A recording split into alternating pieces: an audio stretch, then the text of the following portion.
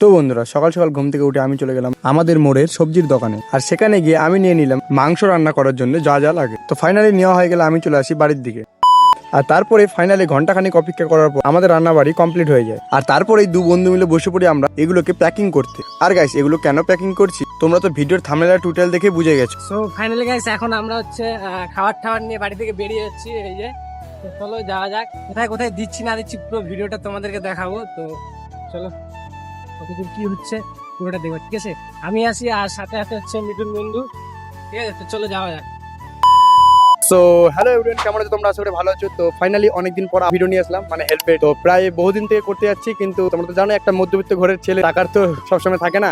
তো ফাইনালি কিছু টাকা জমিয়ে আজকে চলে এসেছি আমরা বুনিয়াদপুরে অসহায় মানুষদেরকে সাহায্য করতে। ফাইনালি আজকে ডিসাইড করেছি আমরা এখানে বুনিয়াদপুরে যত লোককে পাবো অসহায় তাদেরকে আমরা সবকিছু আজকে খাওয়াবো, ঠিক আছে? চলো।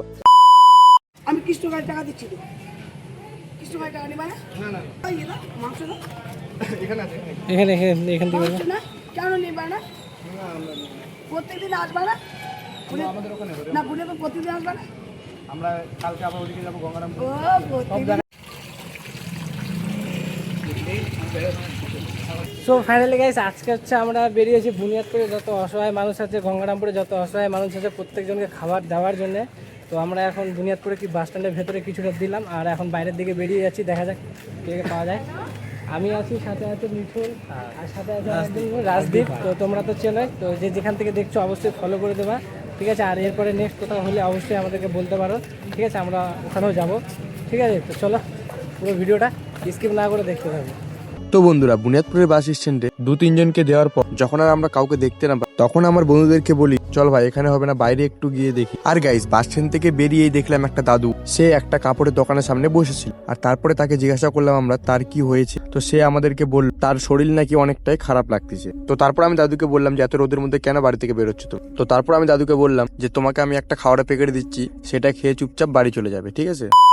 তো তারপরে গাইস ফাইনালি 1 থেকে 2 ঘন্টা ঘোরাঘুরি করার একটা দাদু আর দিদাকে পেয়ে যায়। আর তারপরে তাদেরকে আমরা বলি সকাল থেকে কি তোমরা ভাত খেয়েছো? তো তারা আমাদেরকে বলে আমরা এক্ষুনি যাবো হোটেলে ভাত খাওয়ার জন্য। আর তারপরে আমরা তাদেরকে বললাম যে দাদু, আজকে আর তোমাদেরকে পয়সা খরচা করে খেতে হবে না, আমরাই আজকে তোমাদের জন্য খাবার নিয়ে এসেছি। আর গাইস, তারপরে ওই দাদু আর দিদাকে খাবার দেওয়ার পরই আর তারপরে কোথা থেকে যেন অনেক লোকজন চলে আসলো আমাদের কাছ থেকে খাবার নেওয়ার জন্য। আর আমরাও সেটা থেকে অনেক খুশি হয়ে তাড়াতাড়ি করে খাবারগুলো দিচ্ছিলাম।